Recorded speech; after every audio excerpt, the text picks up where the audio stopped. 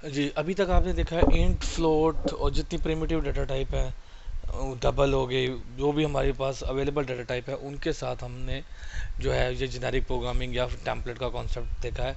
अब ये भी पॉसिबल है कि आपने अपनी एक क्लास बनाई हुई है, यूज़र डिफाइंड टाइप जिनको कहते हैं, जैसे स्टूडेंट है, स्ट्रिंग है, इनके साथ हम किस तरह इसको डील करेंगे। अब ये क्लास है अगर हमारे पास स्ट्रिंग की, तो स्ट्रिंग के अंदर अभी तक हमने कोई भी is equal to operator define नहीं किया हुआ, कोई भी हमारा ऐसा ऑपरेटर नहीं है जो इक्वल टू डिफाइन करे। तो अगर हम ये लिखेंगे स्ट्रिंग की क्लास में इज इक्वल का फंक्शन लिख रहा हूँ मैं, और मैं इसको पास करता हूँ टेम्पलेट S1, S2, तो ये हमें एक एरर देगा, क्योंकि अगर आप इसकी इम्प्लीमेंटेशन देखें x is equal to y, तो मैंने इसको कौन सी टाइप पास की हुई इस वक्त, स्ट्रिंग पास की, जो कि मेरी अपनी यूज़र डिफाइंड टाइप है। तो वो आपको एरर देगा कि भाई इक्वल टू ऑपरेटर तो आपके पास डिफाइन ही नहीं है इस टाइप के लिए, ओवरलोड ही नहीं किया हुआ आपको, तो वो आपको एरर देगा। So I hope you got this concept कि यूज़र डिफाइंड डाटा टाइप को जब इस्तेमाल करते हैं तो हमें उनके साथ जो यूज़ होने वाली चीज़ें हैं उनका ख्याल रखना पड़ेगा कि उसके अंदर लॉजिक क्या यूज़ कर रहे हैं। टेम्पलेट के अंदर अगर टेम्पलेट का फंक्शन अच्छा लिखा हुआ है तो वो हर तरह की डाटा टाइप को हैंडल करेगा, वरना आपको उसके हिसाब से उस फंक्शन के अंदर चेंजेस करनी पड़ेगी। सो इस केस में क्या होगा, अगर मैं कहता हूँ कि मुझे एक टेम्पलेट बनाया है जो कि किसी भी टाइप के ऊपर काम कर सकता है, तो व्हाट विल हैपन, हमें यहाँ पे उस चीज़ को डील करना होगा कि अगर यहाँ पे पर्टिकुलर टाइप की क्लास आ गई है तो उस क्लास को कैसे हैंडल करेंगे। इसका मतलब कि यहाँ पे किस चीज़ की कमी थी, अगर मैं स्ट्रिंग की क्लास देता तो स्ट्रिंग के अंदर ऑपरेटर का ओवरलोड होना मस्ट था, डबल इक्वल्स टू का, कि इक्वालिटी किस तरह काम करती है। देखें अब इसको, ये जैसे इसका ऑपरेटर है, एक फ्रेंड फंक्शन है, boolean operator is equals to constant string, और ये इसकी बॉडी है, और जो अगर हम इसको करें चेक करना चाहिए क्वालिटी क्या करती है, कंपैरिजन करती है। तो दोनों स्ट्रिंग के डाटा को कंपेयर किया, इफ़ इट इज़ ज़ीरो उसके हिसाब से रिटर्न कर रहा है। अगर हम स्ट्रिंग की क्लास के अंदर या इस पर्टिकुलर टाइप के लिए ये वाला फंक्शन ओवरलोड कर देते हैं तो हमारा ये कोड जो है ये ठीक हो जाना था। ठीक है, क्योंकि यूज़र डिफाइंड डाटा टाइप की क्वालिटी का नहीं आइडिया। अच्छा, अब ये देखें ज़रा, अब इसके अंदर क्या होना था, boolean is equal to T, उसको जो भी टाइप दे, अगर मैं अब इसको स्ट्रिंग दूंगा it will work for string, अगर मैं स्टूडेंट दूंगा तो इट विल नॉट वर्क, क्योंकि स्टूडेंट के लिए आपको उसका अपना ऑपरेटर ओवरलोड करना पड़ेगा। हर क्लास का अपना ऑपरेटर ओवरलोडिंग होती है। अच्छा, अब ओवरलोडिंग और टेम्पलेट में क्या फ़र्क है।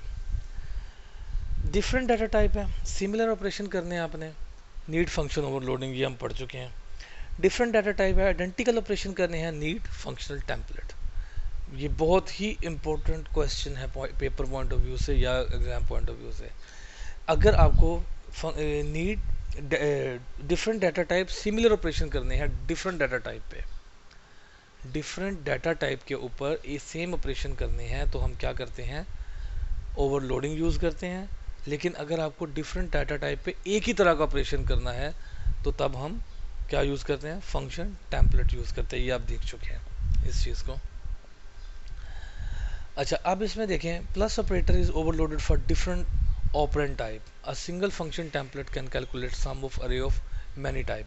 अगर आप यहाँ पे प्लस ऑपरेटर यूज़ करते हैं तो ये क्या करता है, ये आपका डिफरेंट ऑपरेंड के लिए आपको इसका ओवरलोड करना पड़ेगा ये फंक्शन, लेकिन a single function template can calculate sum of array of many type.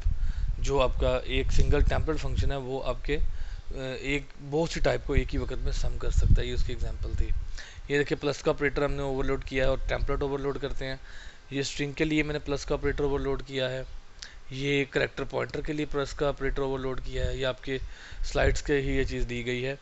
तो यहाँ पे मैं एक सिंपल सम का फंक्शन लिखता हूँ जिसको मैं क्या पास कर रहा हूँ, ओनली टेम्पलेट पास कर रहा हूँ, मेरी लॉजिक अंदर वही रहेगी, तो वो मुझे सम करके दे देगा जिस तरह भी मुझे उसकी कंडीशन को लगाना है।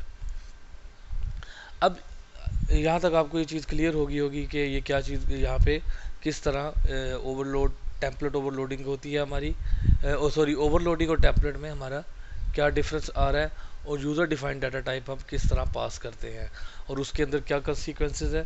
आपसे क्वेश्चन पूछा जा सकता है कि अगर आप टेम्पलेट को यूज़र डिफाइंड डाटा टाइप पास करेंगे तो आपको क्या किस चीज़ का ख्याल रखना पड़ेगा।